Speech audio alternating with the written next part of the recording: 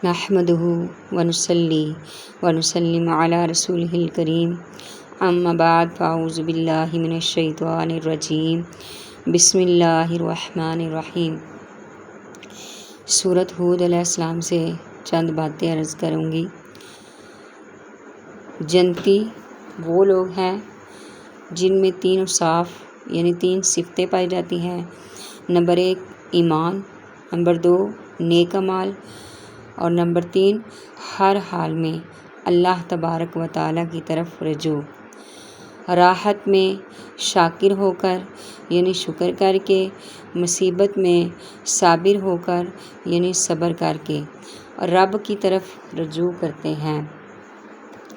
انبیاء کرام علیہ السلام کو بشر یا تو رب نے خود فرمایا، انہوں نے یا کفار نے، چوتھے کسی نے بشر نہ پکارا۔ اب جو حضور صلی اللہ علیہ وسلم کو بشر کہہ کر پکارے، سمجھ لے کہ وہ کون ہے۔ جہالت سے تکبر پیدا ہوتا ہے، علم سے عجز و نیاز اور عاجزی نصیب ہوتی ہے، اور انسان ہے ہی عاجزی کے لائق۔ اس کے پاس کیا ہے؟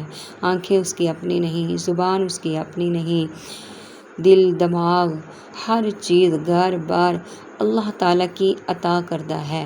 اور جب بندہ جہالت میں ہوتا ہے تو وہ تکبر کرتا ہے، اور جب ان چیزوں کا وہ علم حاصل کر لیتا ہے کہ سب کچھ عارضی ہے، فانی ہے، عطا کیا گیا ہے کسی کی طرف سے، رب تعالیٰ کی طرف سے، اس میں میرا اپنا کوئی کمال نہیں، آنن فانن موت آئے گی تو یہ سب کچھ میرا حسن و جمال، میرا غرور، میرا تکبر، میرے اعلیٰ اعلیٰ کپڑے پہنے جانے، سب کچھ مجھ سے چھین لیا جائے گا۔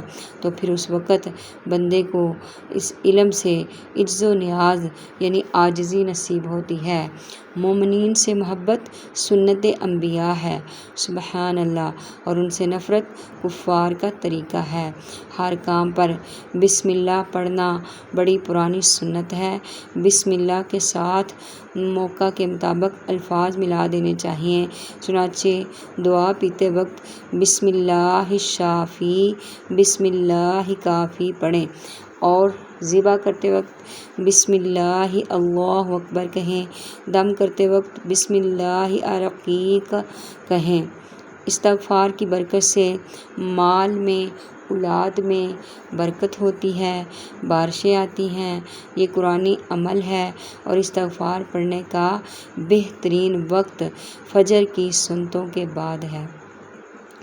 نظر بد اور جادو کا نبی پر اثر ہو جانا ایسا ہے جیسا تلوار اور زہر کا اثر ہو جانا، مگر شیطان کا ان پر اثر نہیں ہو سکتا۔ توبہ استغفار بڑی پرانی سنت ہے۔ آدم علیہ السلام نے سب سے پہلی عبادت توبہ ہی کی۔ ملاقات کے وقت سلام کرنا ملائکہ یعنی فرشتوں اور انبیاء، رسولوں اور پیغمبروں کی سنت ہے۔ سنت یہ ہے کہ آنے والا سلام کرے۔ صبح صادق کا وقت محبوبوں پر رحمت آنے کا وقت ہے۔ صبح صادق کا وقت اللہ تبارک و تعالیٰ کی رحمتوں کی بارش کا وقت ہوتا ہے۔ اس وقت اپنے گھروں کے دروازے کھول دینے چاہیے، اٹھ جانا چاہیے، اپنے رب کی بارگاہ میں جھکنا چاہیے کہ وہ رب کہ جو آپ کو عطا کرنے کے لیے جس نے دروازے کھول دیے۔ اور فرشتوں کی ڈیوٹیاں بدل رہی ہوتی ہیں۔ فرشتے، صبح والے فرشتے آ رہے ہوتے ہیں اور رات والے فرشتے جا رہے ہوتے ہیں، اور وہ رب تعالیٰ کی بارگاہ میں عرض کرتے ہیں کہ یا اللہ، یہ بندہ جب ہم رات کو گئے تھے تو تیری عبادت میں تھا، جب ہم صبح آئے تو تیری عبادت میں ہے۔ سبحان اللہ۔ صبح کا وقت محبوبوں پر رحمت آنے کا وقت ہے، اور مردودوں پر جو ددکارے ہوتے ہیں، جو اللہ کی رحمت سے دور ہوتے ہیں اور مردود ہوتے ہیں، ان پر عذاب آنے کا وقت ہے۔ اس لیے اس وقت استغفار پڑھنا، عبادات کرنا افضل ہے، اور رب سے براہ راست تعلق صرف پیغمبر کا ہوتا ہے۔ ان کے ذریعے سے دوسرے لوگ اللہ تک پہنچ سکتے ہیں۔ جانوروں کی برکت سے کبھی انسانوں پر رحمت کی بارش ہو جاتی ہے۔ دنیا میں بعض لوگ خوش نصیب ہیں، بعض بد نصیب ہیں۔ دل کی نرمی، زیادہ رونا، دنیا سے نفرت، شرم و حیا خوش نصیب ہونے کی علامت ہے۔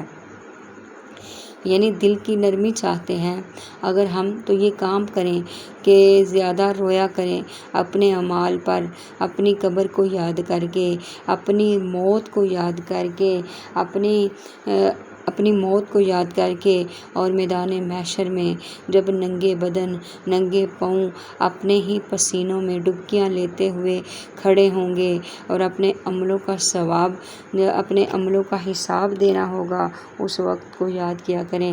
پل صراط کے سفر کو یاد کیا کریں کہ جو بال سے زیادہ باریک اور تلوار سے زیادہ تیز ہوگی، اس سے ہر نیک نے بھی گزرنا ہے اور ہر بد نے بھی گزرنا ہے۔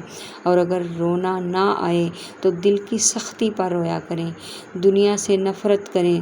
شرم و حیا خوش نصیب ہونے کی علامت ہے اور دل کی سختی، آنکھوں کی خشکی، دنیا کی رغبت، بے حیائی، لمبی امیدیں بدبختی کی نشانیاں ہیں۔ استغفر اللہ۔